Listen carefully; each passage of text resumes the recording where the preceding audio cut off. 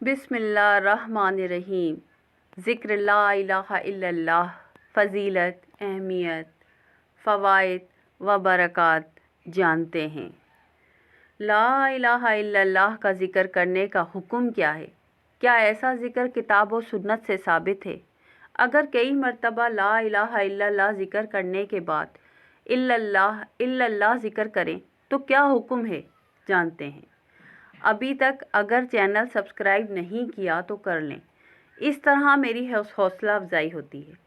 اللہ تعالیٰ نے جتنے انبیاء و رسول مبعوث فرمائے ہیں، ان سب نے اپنی قوموں کو توحید کی دعوت دی اور شرک سے روکا۔ وہ لوگوں کو اللہ وحدہ لا شریک کی عبادت کی طرف بلاتے تھے اور اللہ کے علاوہ پوجے جانے والی چیزوں اور ہستیوں کا برملا انکار کرتے تھے۔ کلمہ طیبہ لا الہ الا اللہ محمد الرسول اللہ کی حقیقت یہی ہے۔ سچے دل سے اس کلمے کو پڑھ کر کوئی بھی انسان اللہ کے دین میں داخل ہو جاتا ہے۔ لا الہ الا اللہ کلمہ توحید ہے۔ دین اسلام میں اس کلمے کا مقام بے حد بلند اور عظیم ہے۔ اس کا زبانی اقرار اور تکلم ہر مسلمان کا پہلا فرض ہے۔ اس لیے جو شخص بھی اسلام قبول کرنا چاہتا ہے، اسے اس کلمے کی صداقت اور حقانیت تسلیم کرنی ہوگی اور زبان سے اسے بولنا ہوگا۔ جو شخص بھی یہ کلمہ پورے ایمان و یقین کے ساتھ اور باری تعالیٰ کی رضا جوئی کی نیت سے زبانی کہے تو یہ کلمہ آخرت میں جہنم کی آگ سے اس کو بچانے کا سبب بنے گا۔ اللہ کے نبی رسول اکرم صلی اللہ علیہ وسلم نے ارشاد فرمایا ہے، اللہ تعالیٰ نے نار جہنم پر ایسے شخص کو حرام کیا ہے جو رضا الہی کی خاطر لا الہ الا اللہ کہے۔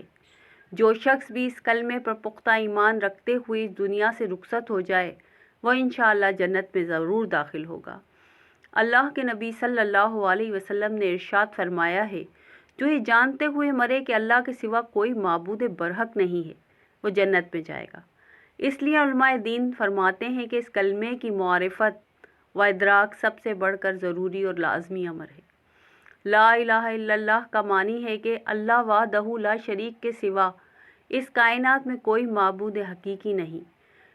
الا اللہ کا مطلب ہے کہ وہ معبود جس کے حضور دل جھک جائے، انسان اسے دعائیں مانگے، خوف کھائے اور اسی سے لو لگائے۔ اگر کوئی شخص کسی بھی دوسری شے یا ذات کے سامنے اس درجے جھکتا ہے، ذلیل اور حقیر بنتا ہے، یا اس سے انتہائی محبت رکھتا ہے اور امیدیں باندھتا ہے، تو اس نے گویا اس شے کو اپنا معبود اور خدا بنا لیا ہے۔ ایک معبود حقیقی کے سوا تمام معبود ان باطل اور بے بنیاد ہیں۔ ایک معبود حقیقی صرف اور صرف اللہ تعالیٰ ہے۔ اللہ جل شانہ ہی انسانوں کی عبادت کا مستحق ہے، اس کے سوا کوئی نہیں۔ انسان غیرت، ترجیح، محبت، تعظیم و احترام، ذلت و خضوع، امید و وہم اور توکل و اعتماد کے ساتھ صرف اللہ کی ذات کی عبادت کر سکتا ہے، اور یہی اسے کرنا چاہیے۔ اسی سے دعائیں مانگی جائیں، کیونکہ اللہ کے سوا کوئی دعائیں قبول نہیں کرتا اور نہ بروقت امداد کی قدرت رکھتا ہے۔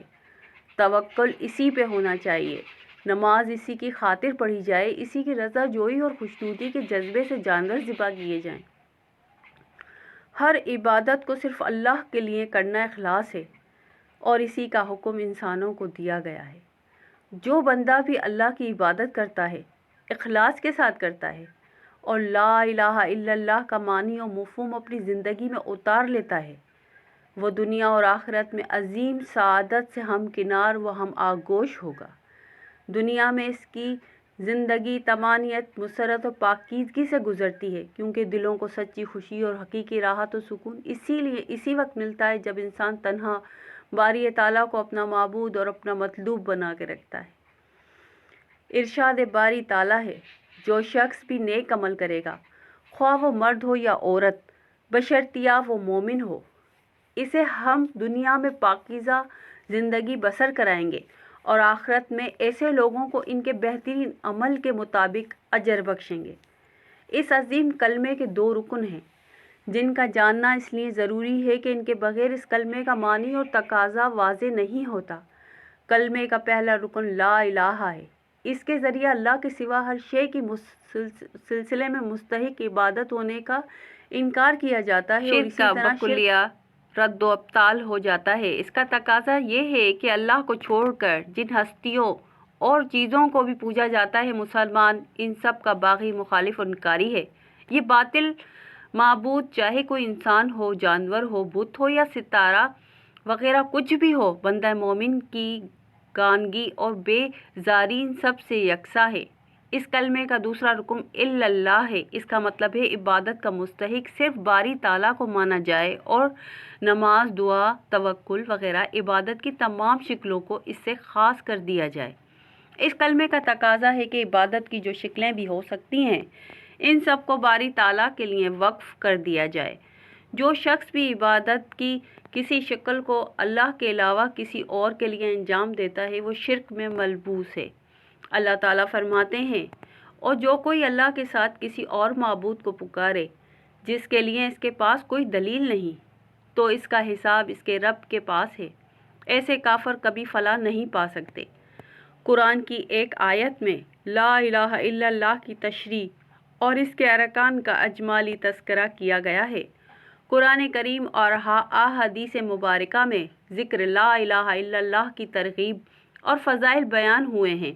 خاص طور پر لا الہ الا اللہ کی فضیلت بھی حدیث میں آتی ہے، یعنی سب سے افضل ذکر لا الہ الا اللہ ہے اور افضل دعا الحمدللہ ہے۔ لا الہ الا اللہ چند بار کہنے کے بعد اس کلمے کو ذہن میں جمانے کی نیت سے صرف الا اللہ کو بطور تاکید پڑھنے میں بھی حرج نہیں۔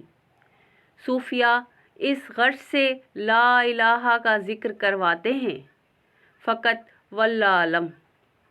افضل ترین ذکر لا الہ الا اللہ ہے۔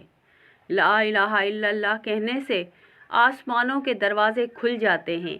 کوئی اخلاص کے ساتھ کلمہ پاک پڑھے تو وہ کلمہ شریف عرش تک بلند ہو جاتا ہے۔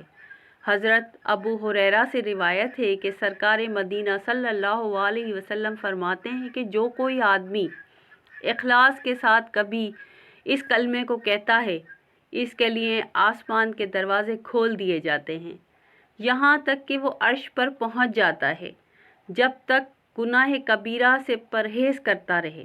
لا الہ الا اللہ کا ذکر کثرت سے کرنے سے ایمان تازہ ہو جاتا ہے، جیسا کہ حضرت ابو ہریرہ رضی اللہ تعالی عنہ سے روایت ہے کہ مدنی تاجدار صلی اللہ علیہ وسلم نے فرمایا، تم اپنے ایمان کو تازہ کرتے رہا کرو۔ صحابہ اکرام رضی اللہ عنہوں نے عرض کیا، یا رسول اللہ صلی اللہ علیہ وسلم، ایمان کو کس طرح تازہ کریں؟ آپ صلی اللہ علیہ وسلم نے فرمایا، کثرت سے لا الہ الا اللہ کہتے رہا کرو۔ 70,000 دفعہ کلمہ طیبہ پڑھنے کی فضیلت کیا ہے؟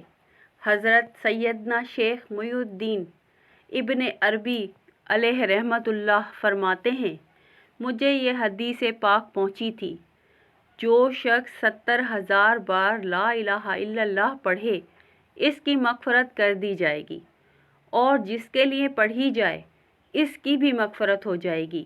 میں نے اتنی مقدار میں کلمہ طیبہ پڑھا ہوا تھا، لیکن اس میں کسی کے لیے خاص نیت نہ کی تھی۔ ایک مرتبہ میں اپنے دوستوں کے ساتھ ایک دعوت میں شریک ہوا، اور دعوت کے شرکاء میں سے ایک نوجوان کے کشف کا بڑا شہرہ تھا۔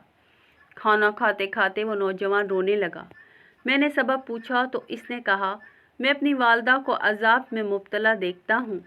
میں نے دل ہی دل میں کلمے کا ثواب اس کی ماں کو بخش دیا۔ وہ نوجوان فوراً ہی مسکرانے لگا اور کہا، اب میں اپنی ماں کو بہترین جگہ دیکھتا ہوں۔ حضرت سیدنا شیخ محی الدین ابن عربی علیہ رحمۃ اللہ علیہ فرمایا کرتے تھے، میں نے حدیث کی صحت کو اس نوجوان کے کشف کے ذریعے اور اس نوجوان کے کشف کی صحت کو حدیث کے ذریعے پہچانا۔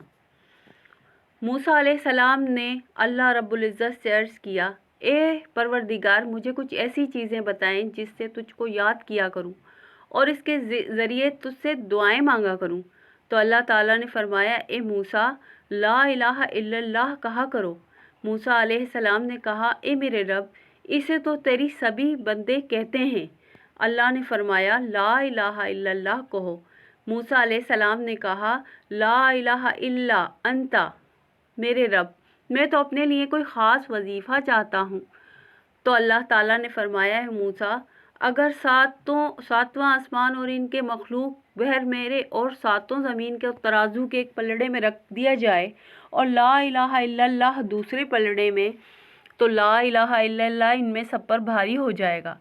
تو اے مسلمان بھائیوں اور بہنوں، آپ یہ دعا کیا کریں، انشاءاللہ ہر مشکل